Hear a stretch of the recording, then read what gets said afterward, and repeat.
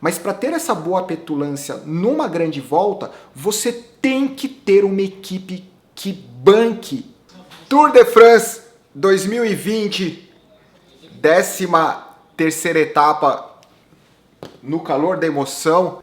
Para quem é novo no canal, galera, desculpem o improviso, a falta de ar, é que isso não existe. Isso daqui é uma das melhores coisas do planeta para assistir, principalmente quando a gente consegue tentar analisar um pouco os aspectos técnicos. Eu acho que é um dos raros esportes onde torcer tecnicamente é mais empolgante do que torcer com o coração. É muito louco, né? Porque independente de quem ganha, independente de quem faz a movimentação, você torce pela estratégia somada à performance física e não só pela pessoa que você gosta. E eu acho que é isso que me atrai no ciclismo. Fantástico. Então vamos lá. Primož Roglič, meu, um monstro. Primož Roglič, o psicopata. Você olha para ele, ele é louco. O Egan Bernal passou envergadinho. Hoje o Egan Bernal mostrou até os dentinhos, assim. Difícil.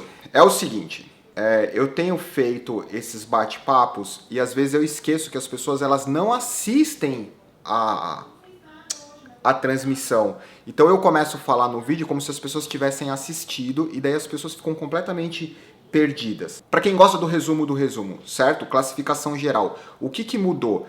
Roglič, Pogačar, Bernal. Só que o Bernal agora perdeu tempo, daí tem Rigoberto Urán, Quintana, Lopes, Yates, Landa, Porte e Enrico Mas.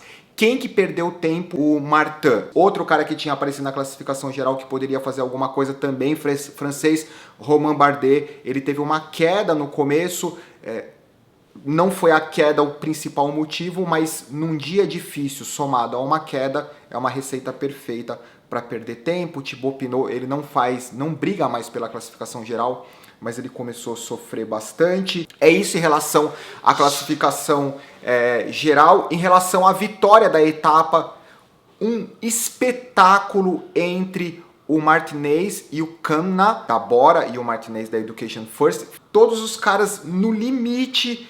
Foi assim, fantástico ver a disputa após eles terem ficado na fuga por praticamente a etapa inteira. Vamos lá, para quem não assistiu a etapa.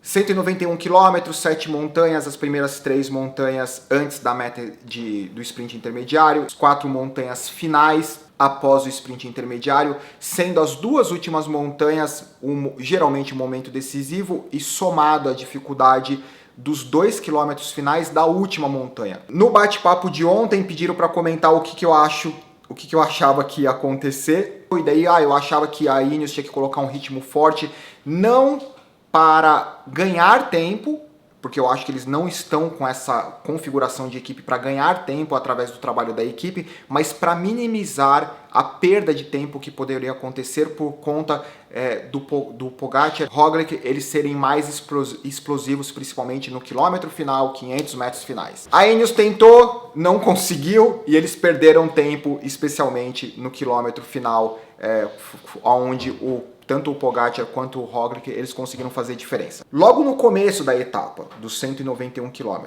se formou uma fuga de 17 ciclistas. Só que essa fuga ela não foi formada facilmente. Até com que o pelotão permita com que a fuga aconteça, existem vários ataques, porque dependendo de quem estiver na fuga, o pelotão neutraliza, porque o pelotão tem interesse de que certos atletas não estejam na fuga. No final das contas, fuga estabelecida com vários grandes nomes como Martinez, Julian Alaphilippe, 17 caras de qualidade.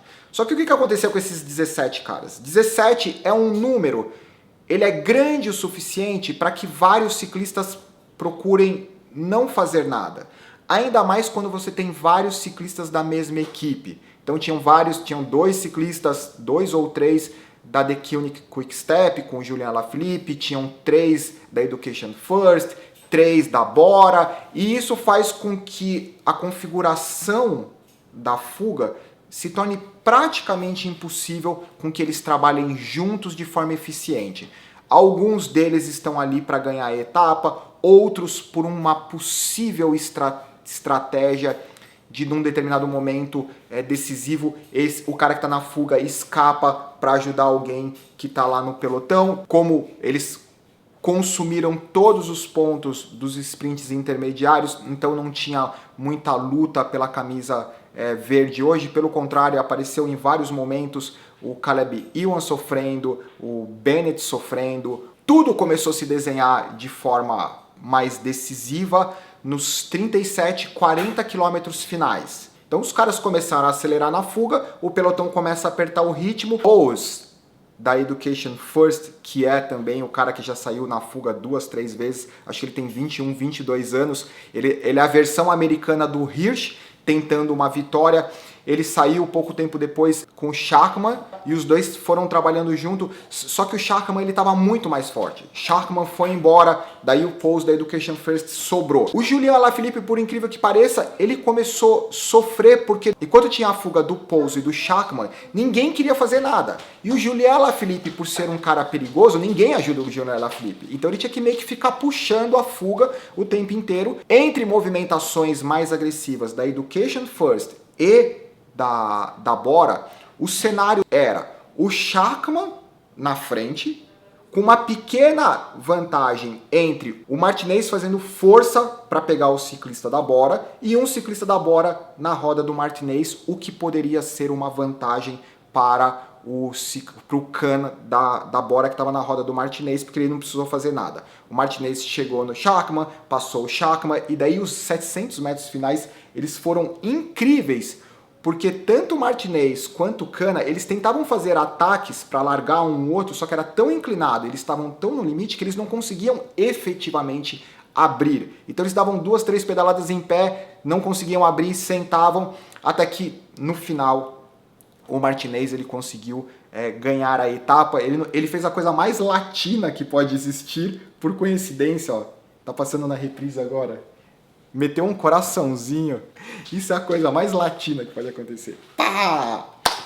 Vitória incrível do cara. Assim, as chances dele ganhar do ponto de vista estratégico contra dois caras da Bora era muito pequena e ele conseguiu fazer a diferença. Enquanto isso, no pelotão, no comentário do bate-papo de ontem, eu falei assim, a Ineos ela vai pra frente. Os caras vão fazer o possível para forçar o ritmo, para tentar minimizar a explosão final do Roglic e do Pogacar. A Ineos, os caras literalmente, todos da Ineos, eles sprintando na subida, pedalando em pé. Só que o problema é que os caras da Jumbo-Visma atrás, com cara de paisagem, pedalando. E especialmente o Sepp Kuss e o Tom Dumoulin. Nem se fala o Primož Roglic e o Pogacar atrás. Aliás, o Primož Roglic conversando bastante com o Pogacar no momento que a Ineos Grenadier estava ali na frente, porque tem que lembrar que os dois eles são eslovenos, então os caras ficam ali conversando e eles estão bem na classificação geral, até o momento em que o Carapaz faz um ataque. O Sepp Kuss, com aquele jeitinho meio petulante no bom sentido, o Sepp Kuss fechou o Carapaz com aquele jeitinho dele olhando para o lado,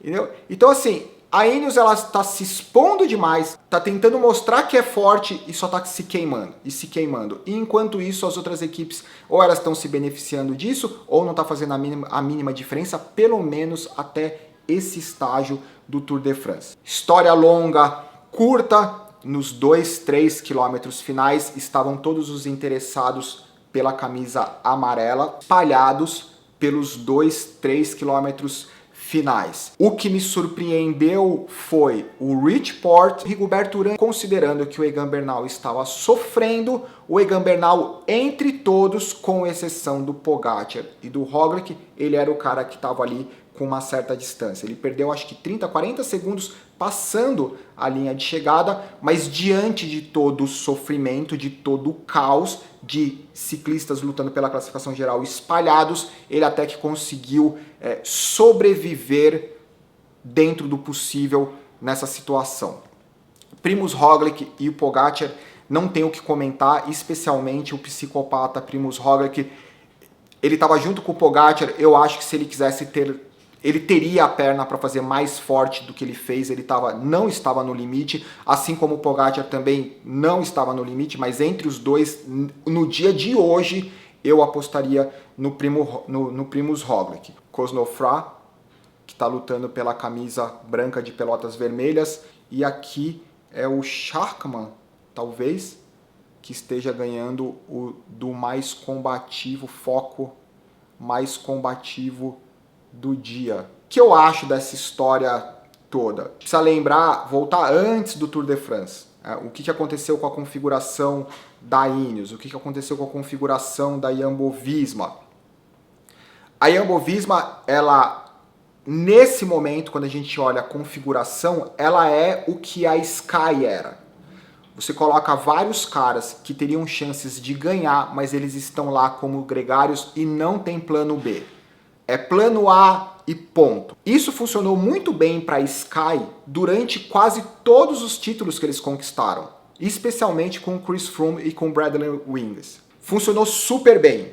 Quando eles começaram a compartilhar a liderança, por exemplo, entre o Geraint Thomas e o Egan Bernal, eles foram bem sucedidos naquele ano, mas aquilo começou já a configurar um futuro conflito e falta de comprometimento 1000% com o líder. Se a gente olhar, por exemplo, o que acontece na Jumbo-Visma com o Primož Roglič, nós temos o Tom Dumoulin, que é vencedor do Giro de Itália.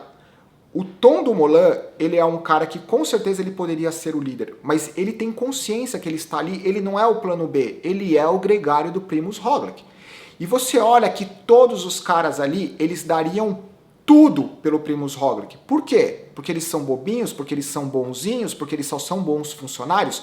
Não, porque eles têm certeza absoluta que o Primož Roglič, ele pode entregar resultado. Então quando você olha o Van Aert, o Sepp Kuss, o Tony Martin, Dumoulin, esses caras eles dão tudo, absolutamente tudo. Eles deixam tudo no asfalto para que o Primož Roglič ganhe. E só tem essa opção. Ele só tem a Jumbo-Visma só tem um objetivo no Tour de France: ganhar o Tour de France com o Primož Roglič. Quando a gente passa para a Ineos Grenadier nesse momento, a Ineos Grenadier ela não tem ninguém que teria a chance de ganhar o Tour de France além do Egan Bernal e o Carapaz.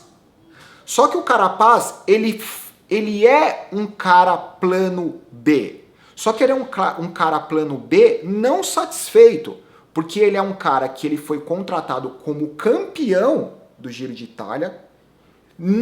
Eu não acho que ele foi contratado para ser gregário, ele foi contratado talvez para fazer o Giro de Itália, defender o título, e por conta de toda a situação, Chris Froome, Geraint Thomas, eu não acredito que foi uma convocação de última hora, mas talvez uma convocação que não desceu direito ir para o Tour de France como plano B do Egan Bernal. Quando se faz uma observação de todos os componentes da Ineos Grenadier, Castroviejo, Kwiatkowski, Sivakov, Egan Bernal, Carapaz, eu não consigo enxergar ninguém ali que daria absolutamente tudo pelo Egan Bernal. E isso é um problema, porque o Egan Bernal, ele é um grande ciclista, mas ele precisa de uma grande equipe. Lembrando que ele é extremamente jovem, e no ano que ele ganhou o título, ele tinha uma situação extremamente confortável, que ele era o plano B para o Geraint Thomas, ele não tinha pressão, então ele tinha uma equipe que era muito forte,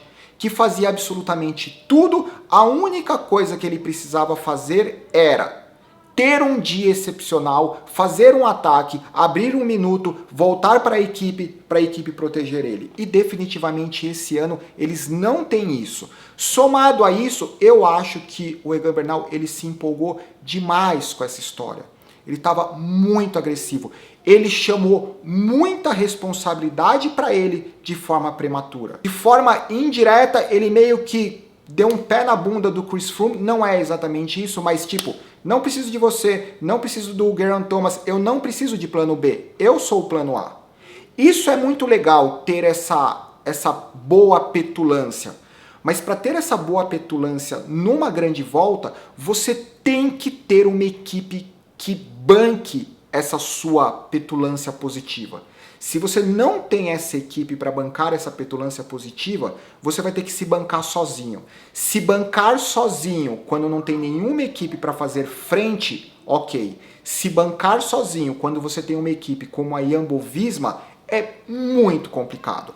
Mas é apenas a 13ª etapa. Muita coisa pode acontecer. Um ciclista no Tour de France, ele precisa de apenas um dia ótimo para ganhar o Tour de France, ou ele precisa de apenas um dia péssimo para perder o Tour de France, como foi o Martin hoje, ou o vacilo do Bardet, ou ele precisa de uma ótima equipe que amenize o dia ótimo e o dia péssimo.